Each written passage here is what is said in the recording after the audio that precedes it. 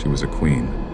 But she was punished like a criminal, without a trial, without a crime, and without ever leaving her own palace. In medieval India, power did not always roar. Sometimes it whispered behind palace walls. This is the story of a woman whose name history almost erased, not because she was weak, but because she knew too much. She was born into royalty. A queen by marriage, not by choice. Her life was decided the day alliances mattered more than hearts. In those times, a royal woman was not seen as a person. She was a symbol, a womb for heirs, a tool for peace. And silence was her greatest duty. She lived inside a massive stone fort, high walls, narrow corridors, courtyards that echoed footsteps. From the outside, it looked magnificent. From the inside, it was a cage. Her husband ruled lands and armies. She ruled nothing, yet she watched everything. She saw how taxes crushed villages, how servants were beaten for small mistakes, how women disappeared after rumors, and one day, she spoke, just once. And in medieval India, one question was enough to make you dangerous. They said she was disobedient.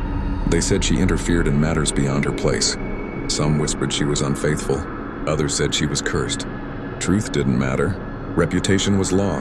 There was no public trial, no announcement, no execution, because killing a queen created noise. Silencing her created control.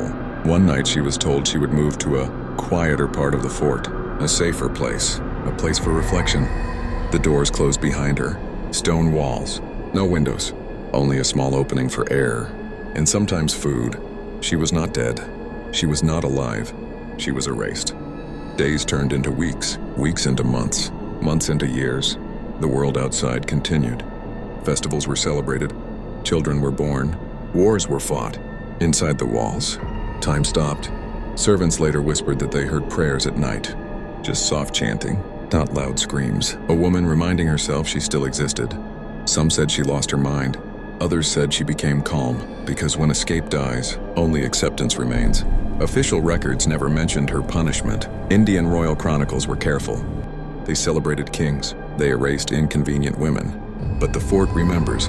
Even today, locals speak quietly. They say one section of the fort feels heavy. No bird's nest there.